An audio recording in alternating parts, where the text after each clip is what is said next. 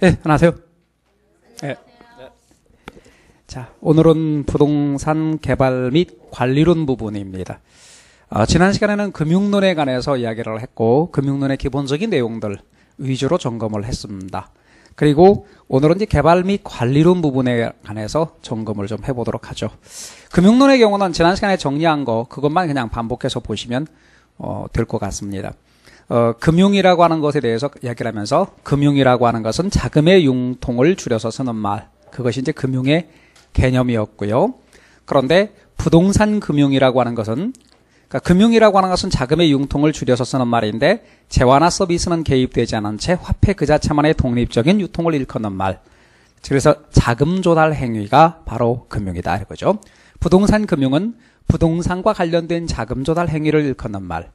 부동산과 관련된 자금 조달 행위, 이것을 부동산 금융이다.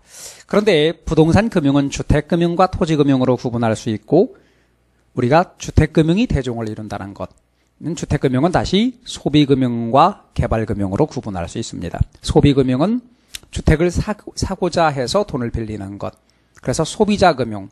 개발금융은 주택을 지어서 공급하기 위하여 돈을 빌리는 것, 그래서 이것을 공급자금융이다라고 이야기를 할 수 있는 거죠. 부동산 금융과 관련해서 기초적인 용어가 중요한 것인데, 최초의 융자받은 원금을 융자원금 그렇게 하고, 이 융자원금을 갚도록 부여된 기간이 융자기간이다라고 하고요. 융자원금을 주기적으로 갚는 것을 융자상환이다. 그리고 융자를 상환하고 남은 것을 융자잔고라고 하고요. 근데 융자를 상환할 때 매기간 갚아야 될 금액을 월부금이라고도 하고, 부채서비스액, 저당지불액, 원리금 상환액이다라고 이야기를 합니다. 특히 이자율의 개념을 여러분이 알아두시는데, 이자율은 지금 돈을 쓸 것을 지금 쓰지 않고 1년으로 미루는 것에 대한 대가를 이자율이다 이렇게 말하고요. 금리라는 말과 같은 말로 사용됩니다. 이자율의 경우는 언제나 융자잔고에 대해 적용된다는 걸 잊지 마십시오. 그러니까 융자잔고 곱하기 이자율, 그렇게 해야 이자가 나오는 거죠. 그래서 융자잔고에 대해 적용된다 이렇게 정리를 해 놓으십시오. 이자율의 경우와 관련해서 대출금리, 우리 대출이자율에 대해서 이야기를 하면 예금이자와 대출이자가 있는데, 우리가 그러니까 이자율을 그렇게 하면 보통 대출금리에 대해서 이야기한다고 생각하시면 됩니다. 대출 시점의 대출금리는 기준금리 플러스 가산금리로 되어 있다. 기준금리 플러스 가산금리로 되어 있다라고 하는 것. 기준금리는 CD금리나 코픽스를 기준금리로 합니다. CD금리나 코픽스를 기준금리로 한다는 것 알아두십시오. 그래서 CD금리와 코픽스를 기준금리로 한다. 그런데 CD금리가 보통 3개월 단위로 바뀌고, 코픽스는 6개월에서 12개월 단위로 바뀝니다. 그러니까 기준금리는 변동을 하는 거죠. 그런데 모든 차입자에게 똑같이 적용됩니다.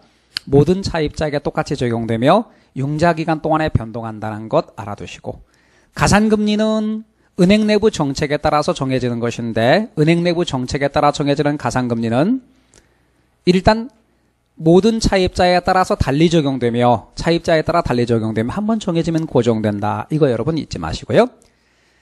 대출이자율의 경우, 또는 대출이자율을 계약이자율이라고도 하고, 또는 저당이자율, 약정이자율 등으로 말하는데, 대출이자율은 바깥으로 표시가 될 때 그것이 명목이자율입니다. 따라서 명목이자율은 실질이자율 플러스 예상인플레율 이렇게 되어 있습니다. 그래서 명목이자율은 이퀄 실질이자율 플러스 예상인플레율이다.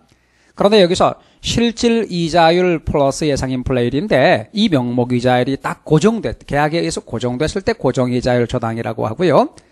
인플레에 따라서 변동하면 변동이자율 저당이라고 하는 겁니다.